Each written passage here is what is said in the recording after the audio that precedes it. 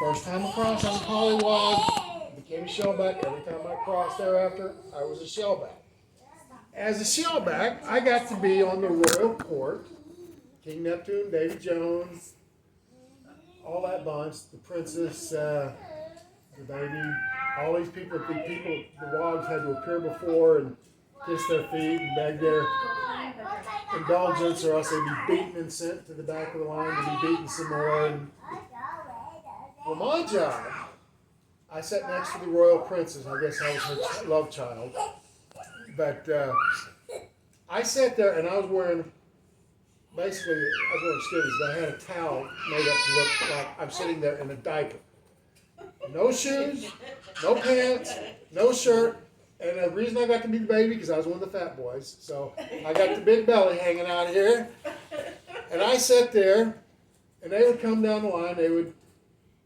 The last ones they appeared to was Davy Jones and King Neptune, who would finally decree them shellbacks. But after they had been hazed and abused and beaten, they now have to appear before the royal court, and they need to pay homage to the members of the royal court. So one of the members of the royal court was the royal baby. And in order to make nice with King Neptune, you had to kiss the royal baby right on the belly.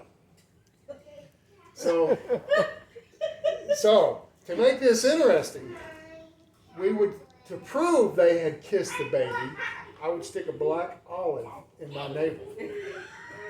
And they had to come up and kiss my belly, and they had to come away without biting me with an olive in their teeth. Now, to make it even worse, I had these big Navy 5-gallon tins of peanut butter on each side. And between each one, I'd grab a little bit of peanut butter and I'd go, smear that belly, shove an olive in there, get a little bit of peanut butter in each hand, and as they come in for it, I'd pack their ears and grab their head and go, oh! And they better come away with that olive or they're going to the end of the line, which means they're getting beaten by shillelaghs and stuff, and you have to go through it again. So they came away with that olive.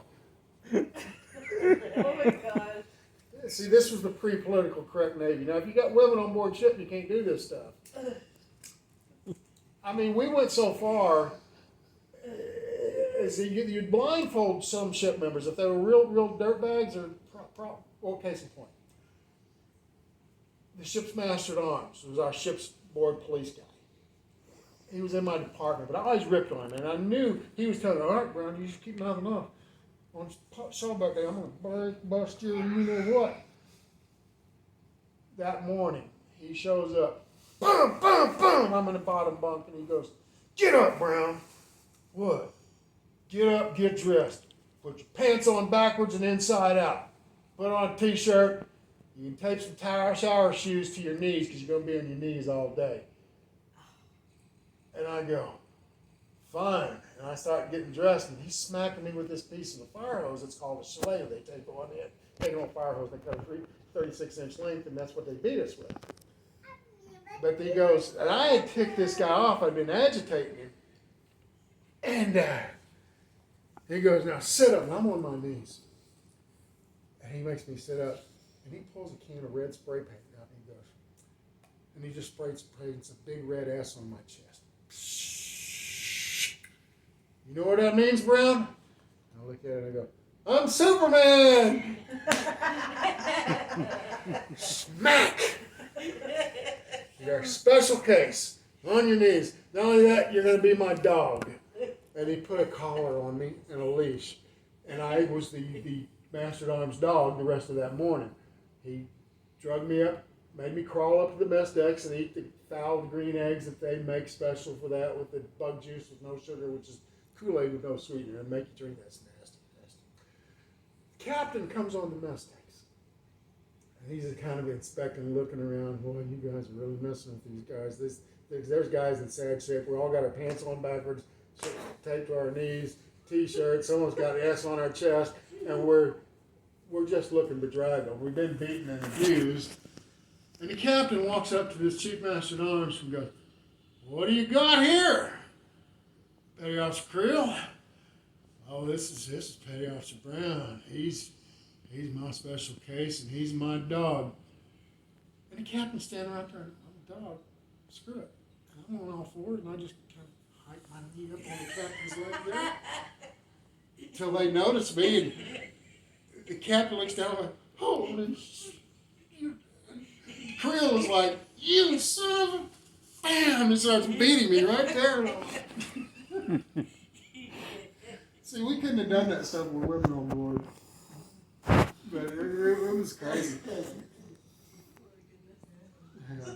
So was there more to the baby story? Oh, the baby, well, that was it. When they would appear before me, I would pack their ears with peanut butter and grind their face in my belly, so they'd come away with their head and ears all smeared with peanut butter and to get that olive. But you see, over the years, these things got kinder and gentler.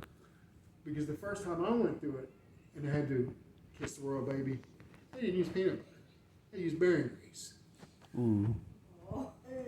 But they determined that the grease was too hard to clean up afterwards, so they went to something that was a little more water soluble, like peanut butter.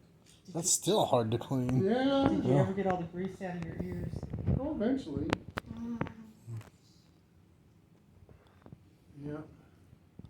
3-foot hose, huh? It's called a shillelagh. But man, we got beat with those things. We got hung in cargo nets. We had to crawl through. They'd save up the trash for several days before, and the trash starts going rancid. Remember, we're in the Equator. It's tropics down there. It's hot. So that's starting to get rancid. We make a trash chute, a tunnel, and you got to make them crawl through it. And they're halfway through this canvas tunnel, and then of course somebody's gonna body flop them and press their face down into that stuff. Oh. Then somebody gets sick and throws up in there. The next guy's got to go. It's not like they could quit. And to make matters worse, so then when you come out of that, when you come out of the trash chute, if you haven't ticked them off, made a butt of yourself, they'll let you hose off. In other words, they put you up against a cargo net and turn a fire hose on you. And that's rather painful. But they took it one step further that year, and they knew that we had a couple of black fellas that couldn't swim. And they go, we're going to mess with this guy. He could do the float test. He got through boot camp, but he was absolutely horrified of the water. So How could you get on the boat and not know how to swim? You got to do a float as your qualification. And he managed to pull that off, but he just wasn't a regular swimmer, and he didn't like it. But they rigged a tank. And this tank was only, it was probably 38 to 40 inches deep, maybe 4 feet wide and about 6 feet long. It was just a big trough. They lined it with canvas and filled it with water. And when this guy comes out of this black guy comes out of this trash chute, they bagged his head, zipped it, threw a harness on him, one of these working aloft harnesses, put a hook on it, pulled him up on a davit. And he knows where he's at. He knows it down along the walkway of the side of the ship there on one of the weather decks there. So they swing that davit out over the water, okay? Now he's blindfolded, so he doesn't know how far they swung him. They swung him outboard and then back inboard, right over that tank. And they hoisted him about 4 feet up in the air, right? And they're kind of jinking that line, making this thing ka-ching, ka-ching. He has no idea how high he is. He's in the water. Plus, in that trough of water, they got a lightly running fire hose to make it feel like it's got a current. And it's seawater. It's seawater in that anyway, so. They go, okay, we're going to dunk him in the water. I need to wash this dirty wog off. And they're jinking that line. And this guy, I can't swim. You guys knock this off. I don't like water. Don't do this. Don't worry about it. And they got ready to drop him. And about the time his foot touches water, one of the guys, oh my gosh, pull him up. There's a shark. Pull him up. And they go, oh, we got it. And they drop him. Oh my God. Of course, he hit bottom immediately, but for a moment there, he was a believer.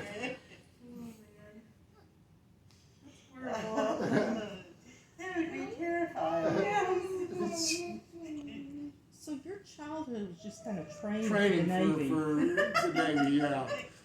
Yeah, that's why I did so well in the Navy. Yeah, that makes sense.